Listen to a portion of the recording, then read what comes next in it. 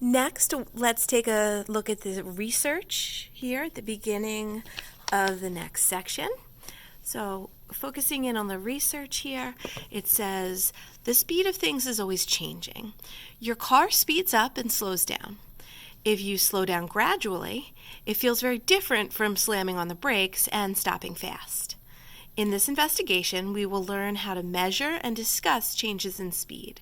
Specifically, we will investigate objects in freefall. You already know that an object rolling downhill speeds up as it travels. Remember, we learned that in our ramp lab where we measured the instantaneous speed at several positions down the track. And the last sentence here, it says acceleration is the rate at which speed changes. Acceleration is the change in speed divided by the change in time. That, in words, is key information that is explained by the formula here. Acceleration, the triangle is pronounced delta. So delta V over delta T means change in velocity over change in time, which is what we just described in words up here. Another way to think of that is by applying the slope formula, which, as I'm sure you know from math class, the slope formula is y2 minus y1 over x2 minus x1. Well, if we look at the slope formula here, you can think of the final speed, v sub f is for final speed, as being your y2, and we're going to subtract from that your initial speed, which would be like your y1.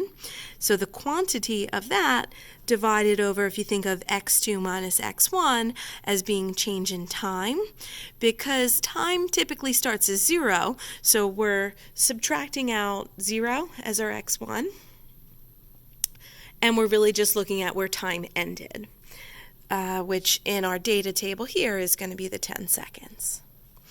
So applying that calculation is something we're going to practice together later. For today, for the lab, we are simply graphing the data, and we're going to look at the slope of the line as being the value of acceleration. Let's take a moment to go over the next part of this research here, where it says the units for acceleration are units of speed over units of time. So this is going to look different than any units we've ever done before. When you were in 8th grade last year, you probably learned about units for density being grams per milliliter. We spent a little bit of time on that in this class because mass over volume is going to give us units of mass over units of volume.